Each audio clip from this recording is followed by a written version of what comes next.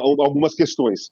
Primeiro, a seleção tá lenta demais mesmo. Não vi evolução na intensidade do jogo. Eu vi a pior Escócia que o Brasil enfrentou em todas as vezes de Copa do Mundo é essa. Uma Copa do Mundo de grandes seleções, de grandes jogadores, uma defesa tão ruim tecnicamente como essa da Escócia, eu não vi e não me lembro de ter visto.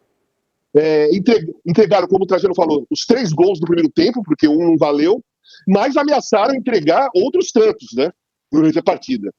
Se o Brasil, na virada, né, no intervalo, volta para o segundo tempo, com uma intensidade de jogo maior, marcando pressão mesmo na saída de bola, forçando o erro da Escócia, faz 8. Não fica nos 3, faz 8. Né?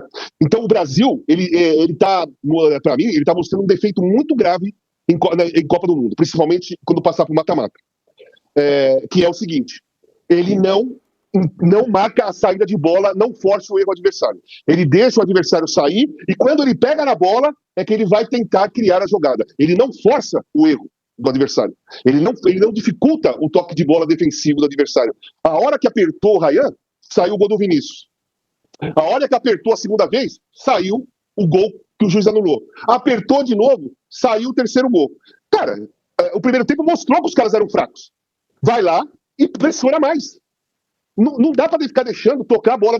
Vai forçar quem? O Van Dijk? Não, tem que forçar esses caras aí. Contra a Holanda, contra a França, calma. Agora, o Brasil tá mostrando pra mim esse defeito, essa falha, principalmente passando pro mata-mata.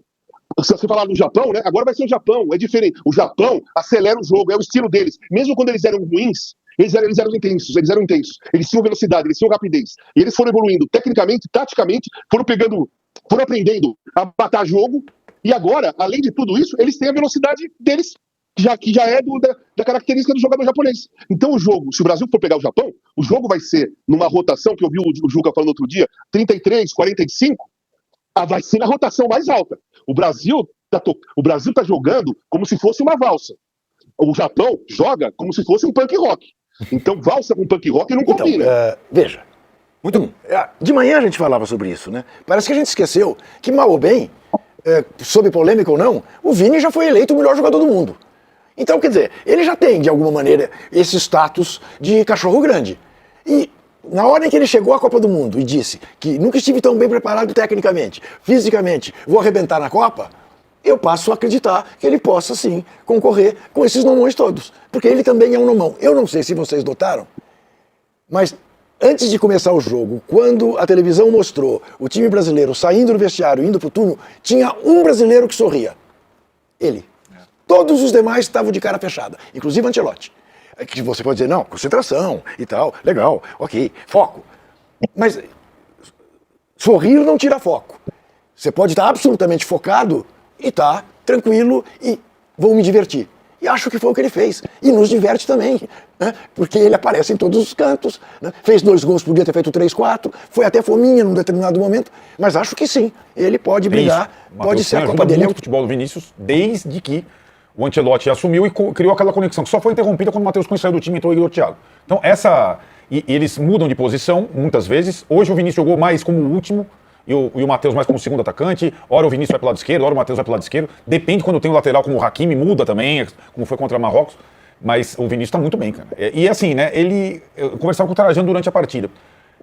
Se tem uma coisa benéfica em ter o Ancelotti como técnico, é ele saber exatamente qual é o melhor jeito de aproveitar o principal jogador brasileiro, né? Foi assim que ele fez com o Vinícius no Real Madrid. Ele passou a transformar o Vinícius num atacante completo, não só num ponta esquerda, como foi na Copa passada com o Tite, né? O cara que ficava no trilho do campo.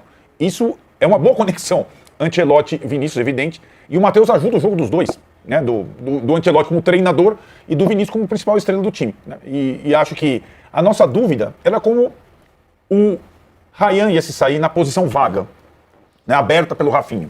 O PVC adiantou que ia ser o Ryan, perguntou para o Ancelotti até arrancar o nome do Ryan, e a gente tinha só a participação acanhada do Ryan no jogo anterior para avaliar. Aí, ponto para o Casagrande também, porque o Casagrande, desde a estreia, estava falando na questão física, juventude, Ryan. E parecia ser o jogador menos cotado, né? Porque, e hoje tem uma coisa, né, Casão? Hoje, com as entradas do Alexandre e do Neymar, o Ancelotti só não usou 2 jogadores na Copa. Ele só não utilizou os dois zagueiros reservas, fora os goleiros. Ele só não utilizou o Bremer e o Léo Pereira.